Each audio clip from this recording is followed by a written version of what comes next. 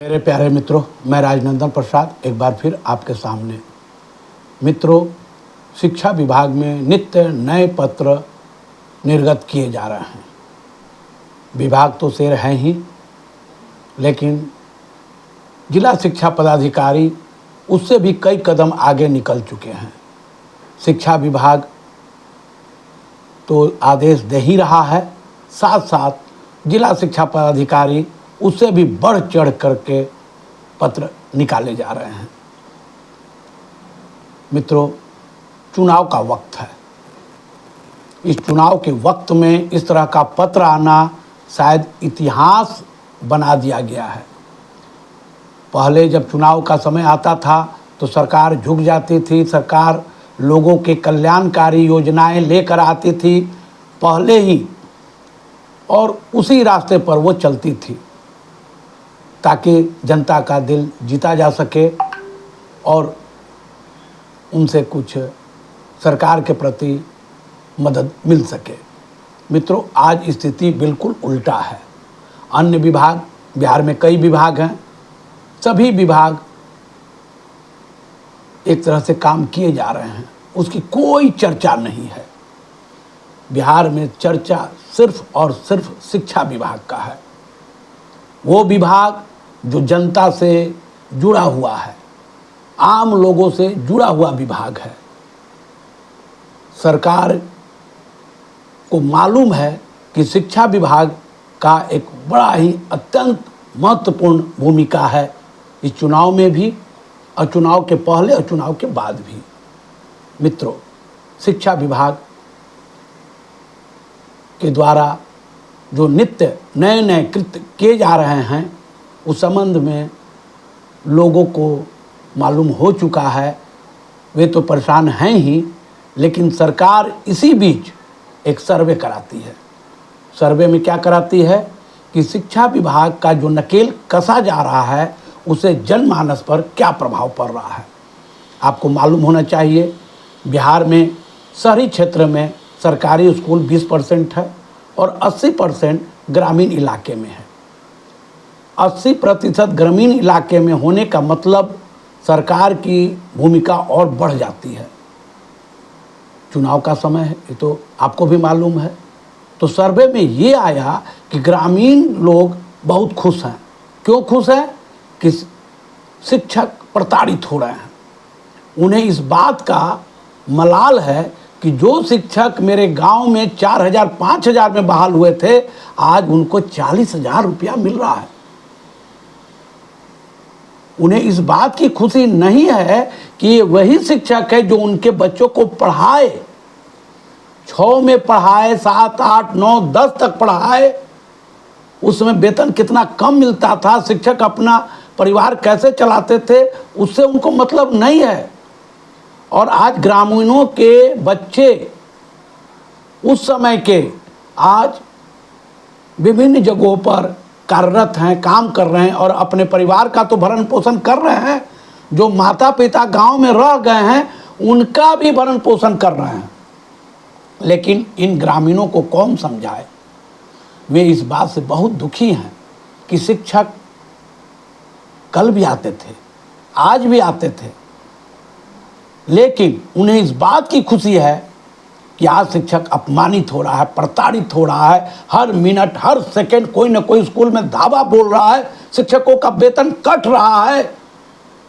और जब पदाधिकारी वहाँ से निकल जाते हैं तो सभी ग्रामीण बारी बारी से स्कूल में आते हैं और देखते हैं, क्या हुआ मैडम जी, आज आपका एक दिन का वेतन कट गया, व्यंग में बोलते हैं। बिहार अजब स्थिति से गुजर रहा है। मित्रों, किसी ने पूछा, ग्रामीणों से किसी ने पूछा कि आज आप कल बहुत दुखी हैं, तो कहा कि हाँ, मेरे पड़ोसी सुखी हैं। उनका दुख का कारण अपना नहीं है, उनके बच्चे की नौकरी नहीं है, उनकी बेटी की शादी नहीं है। उनका दुख का कारण है कि मेरे ही अगल बगल रहने वाले शिक्षक जो 4,000 5,000, कुछ दिन तक लोग 10,000 कहते थे, वे 10,000 शिक्षक आज 40,000 पा रहे हैं। उन्हें इस बात का दुख है। खैर, भगवान उनकी मदद करे। मित्रों, बहुत सारे एमएलसी पत्र लिख रहे हैं। किनको? सरकार को, माननीय मुख्यमंत्री को, कि स्कूल का समय सारणी ठीक किया जाए। 6:30 बजे से 10:30 रख दिया जाए, 11:30 रख दिया जाए। देखिए, 6 6:30 में बहुत का अंतर नहीं है, लेकिन एक मन स्थिति पर चोट करता है 6, क्योंकि 6:05 में ही मॉनिटरिंग करने वाले, इंस्पेक्शन करने वाले स्कूल में पहुंचे रहेंगे।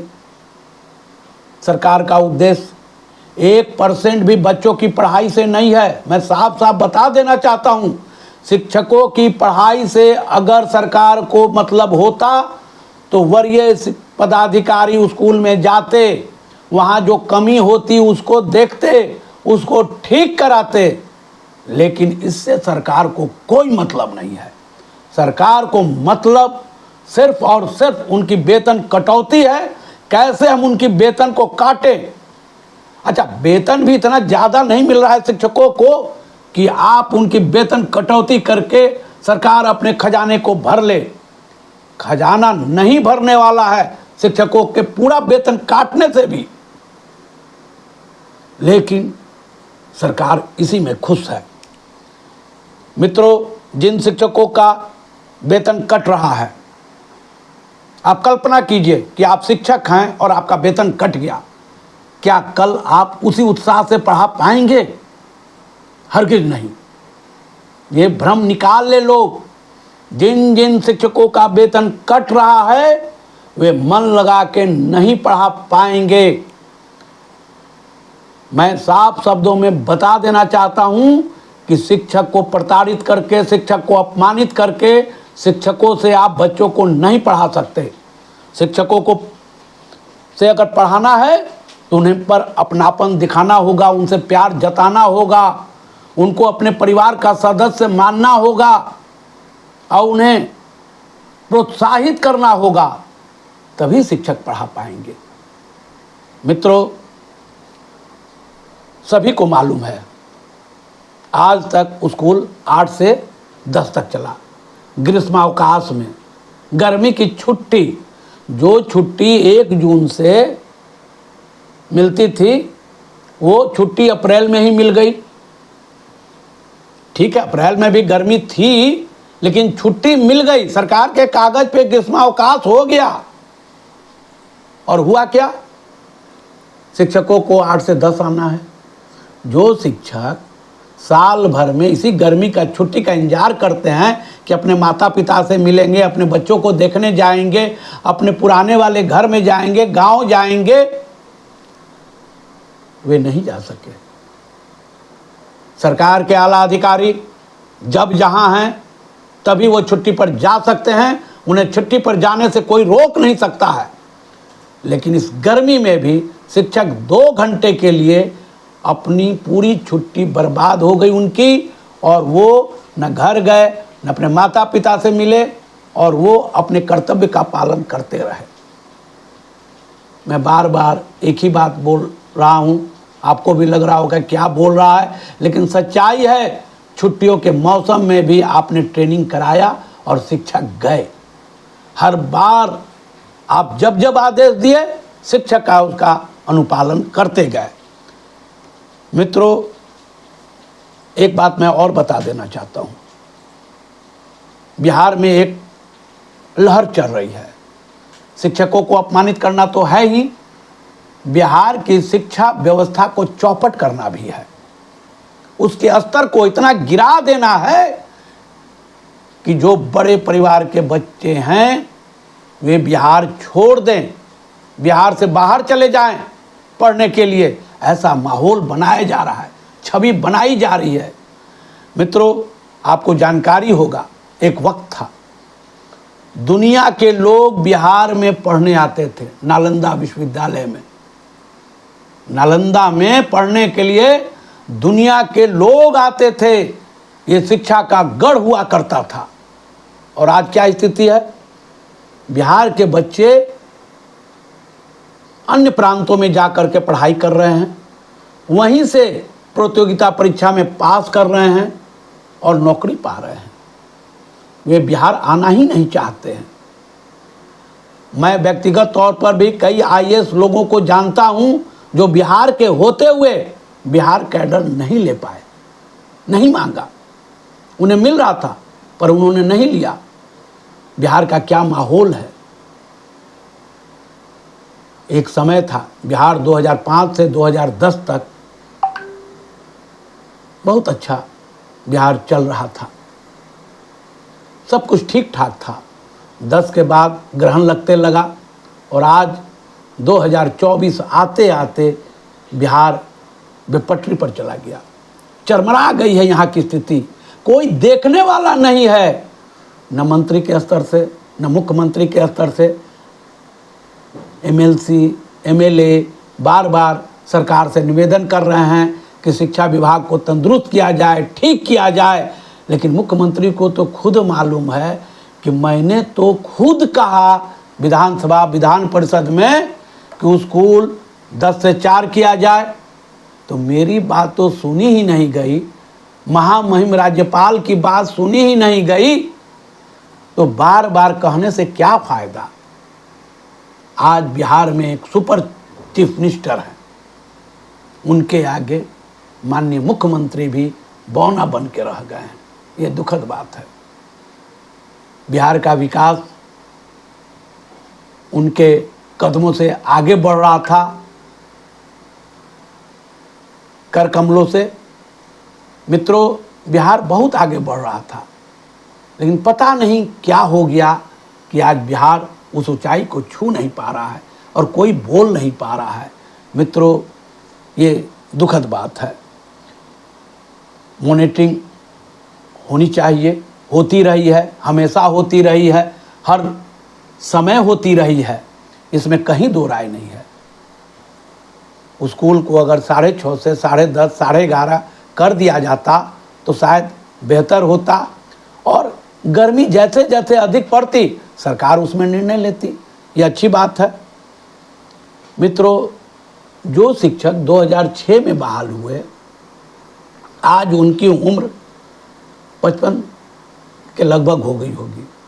उसी तरह से जो शिक्षक 10 में बहाल हुए वो भी 50 के आसपास, 45 और 50 के बीच में होंगे।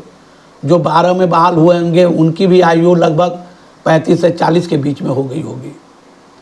मित्रों, वे लोग अपना घर परिवार सब चीज़ एडजस्ट कर चुके हैं।